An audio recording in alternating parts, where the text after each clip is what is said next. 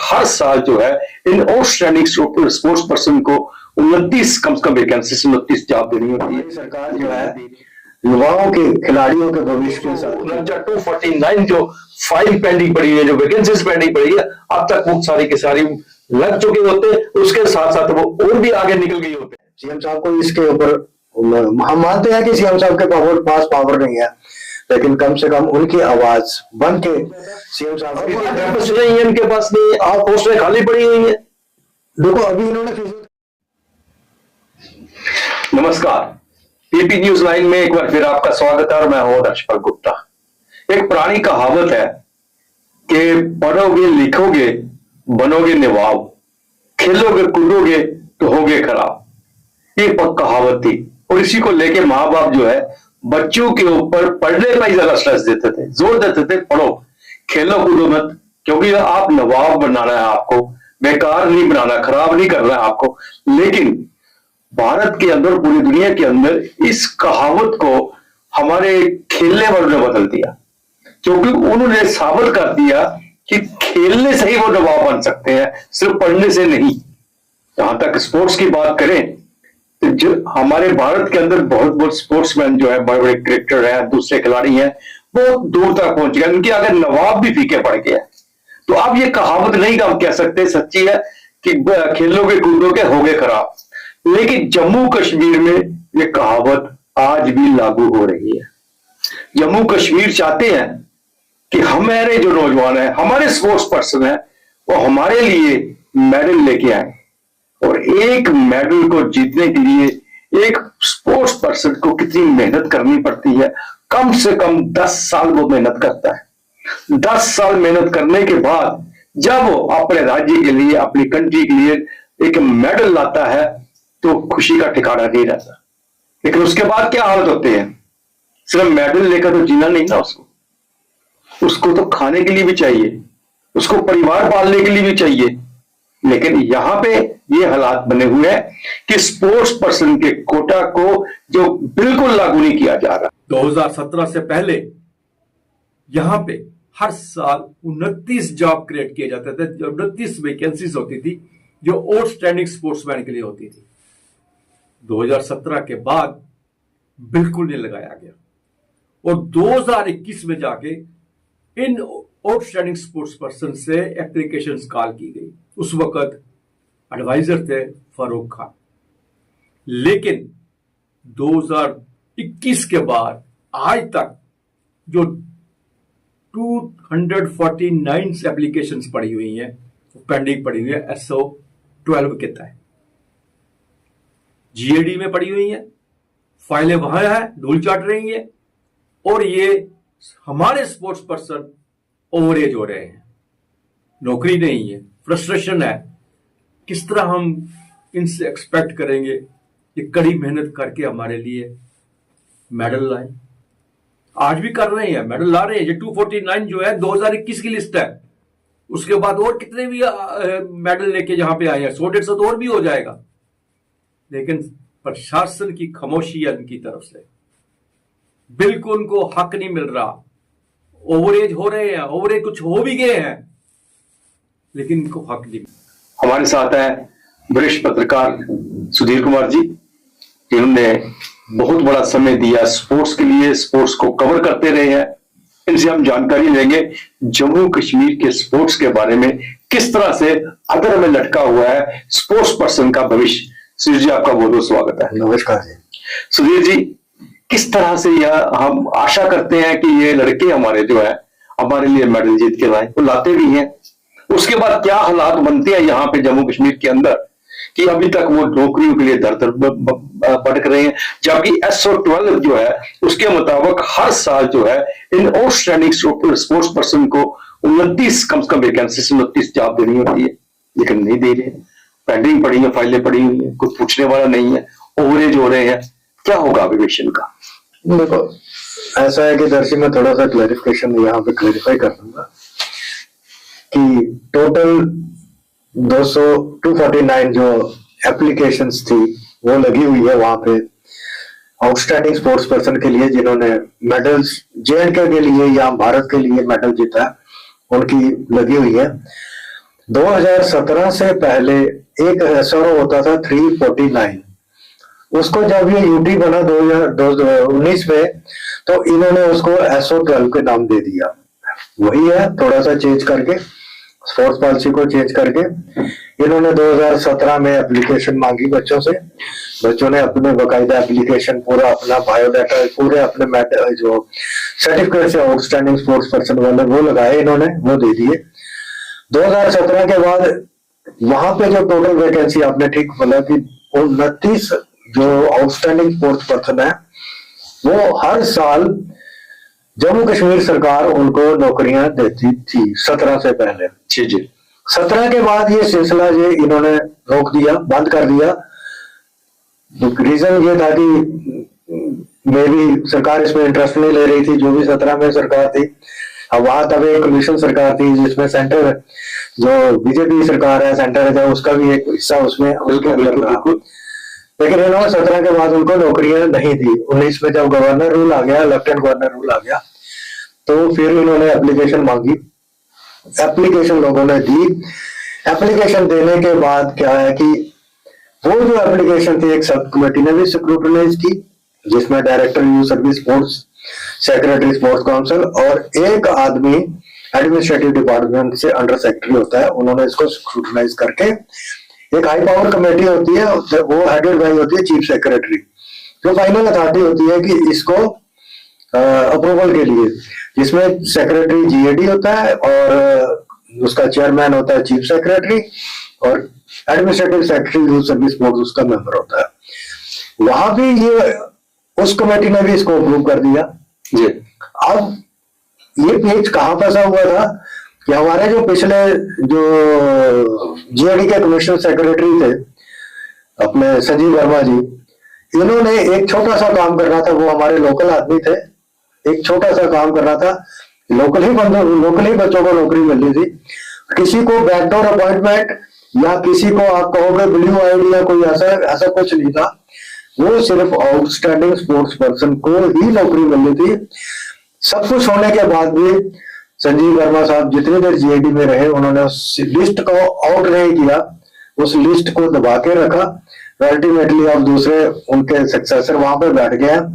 अब उनकी चॉइस है कि उस लिस्ट को आगे क्या करेंगे, लेकिन ये जरूर है कि वो ये जो हम लोग हैं, हमारी सरकार जो है युवाओं के, खिलाड़ियों के भविष्य के साथ खिलवाड़ कर रही है। नहीं, एक तरफ तो खेलो इंडिया चल रहा है, बहुत इनके कर रहे हैं कि नौजवान आगे आए करें, और इसके देखो ना, आप 2017 के बाद के जितने भी आउटस्टैंडिंग स्पोर्ट्स पर्सन है जिन्होंने एप्लीकेशन दी हुई है, वो तो ओवर एज भी हो गए होंगे। बिल्कुल है। वो क्या बनेगा उनका क्या बनेगा? देखो, उसका दर्जा ऐसा है कि मैं ये क्लियर कर दूंगा कि ये जो आपने, यहाँ पे हम कहेंगे कि हमारे कमिश्नर सेक्रेटरी जो बैठे हुए administrative secretary youth service force है, वो पिछले 4-5 साल से इसी डिपार्टमेंट के अंदर है। अगर आप कहो कि नया कमिश्नर सेक्रेटरी है, उसको फाइल पढ़नी है, उसको मतलब दोबारा से उसको होमवर्क करना है, ऐसा नहीं है। पिछले 5 साल से यही बैठे हुए हैं और उनको सरकार जो है, हमारी एलजी सरकार जो है, एलजी एडमिनिस्ट्रेशन की बड़ी गुड बुक्स में है, हमारे commissioner administrative secretary youth service force. लेकिन उन्होंने भी जहमत, उन्होंने भी कष्ट नहीं किया कि हमारे ये बच्चे जो है इनको ये नौकरियां मिले, ये भी अपना काम करें, ये भी अपना, जैसे आपने बताया, रोजगार करें, अपने माँ बाप को पाले, अपने बच्चों को पाले। कईयों की शादी हो चुकी है, जैसे आपने कहा कि ओवर एज हो गया। अब यहाँ एक सिलसिला हो रहा है कि जम्मू कश्मीर या आप कहीं भी लगा लो, जो ओवर एज हो चुके हैं, कल को अगर ये लिस्ट निकालते हैं 249 की, तो जो ओवर हो चुके हैं, ओवर एज हो चुके हैं, उनकी ओवर एज रिलैक्सेशन के लिए फिर स्टेट कैबिनेट या अब एडमिनिस्ट्रेटिव काउंसिल तो रहा नहीं है, बिल्कुल बिल्कुल, स्टेट कैबिनेट में फिर जाएगा कि ये बच्चे हैं 249 में से 100 या कितने बच्चे हैं, इनको एज रिलैक्सेशन दो। पहले फिर लिंगरन हो गया उनका। बिल्कुल बिल्कुल। फिर वो वहां कैबिनेट मीटिंग में कैबिनेट मीमो लगेगा, टेकअप होगा, जीएडी करेगा नहीं करेगा, ये मतलब कि फंस गया ना वहां से। पर जब कैबिनेट डिसीजन लेगा उसके बाद में एलजी, जैसे फाइनल अथॉरिटी तो एलजी साहब है, फिर राजभवन में फाइल घूमती रहेगी, वहां घूमती रहेगी, चक्कर काटती रहेगी। फिर एज रिलैक्सेशन का बाद में वहां पे जो है कि फाइनल होगा, देनी है या नहीं देनी है। बिल्कुल। और उसके बाद कोर्ट कचहरी, यही कुछ तो होता है। जिनको जो रह जाते हैं, किसी को रिलैक्सेशन मिलती है तो दूसरे का नंबर आता है, वो कोर्ट में चला जाता है। तो इनको यही चक्कर लगता है, पहले तो सरकार के साथ प्रशासन को लड़ते रहेंगे, फिर कानूनन लड़ाई लड़ते रहेंगे, फिर उसी के बीच उनकी जिंदगी जो खत्म हो जाती है, बस इंसाफ मिलता ही नहीं है। स्पोर्ट्स के ऊपर पहले भी बहुत सी उंगलियां उठती रही स्पोर्ट्स काउंसिल के, नहीं यही नहीं है। एक बात यहाँ पे मैं आपको बता दूंगा कि अगर आप कुछ लोग यहाँ पे जो जैसे बोलते हैं कि हमारी सरकार, भाजपा ने बड़ा काम किया है, ये किया है, जो किया है, उपड्यूटी के बीच में, मैं यहाँ पे स्पोर्ट्स के एंगल में कहूंगा, केंद्र सरकार के पास से हमारे पास, हमारा एक टाइम पे, आप 17 से पहले की मैं बात कर रहा हूँ, एक टाइम पे हमारी जो ग्रांट होती थी स्पोर्ट्स काउंसिल की, जिसमें मैं खुद मेंबर भी रहा था, 55-60 लाख के करीब करीब होती थी। आज की डेट में स्पोर्ट्स काउंसिल के पास 200 करोड़ 300 करोड़ इतना पैसा है। मतलब जब हमारे पास कम पैसा था तब हम इनको नौकरियां देते थे, तब इनके हम कैरियर के बारे में भी सोचते थे। आज हमारे पास इतना पैसा है, आज हम इनके खिलाड़ियों के कैरियर के साथ खेल रहे हैं। ये बड़ी मतलब विडंबना की बात है, बड़े दुख की बात है। खिलाड़ी, जैसे आपने कहा कि रातों रात तो तैयार होता नहीं है। बिल्कुल बिल्कुल।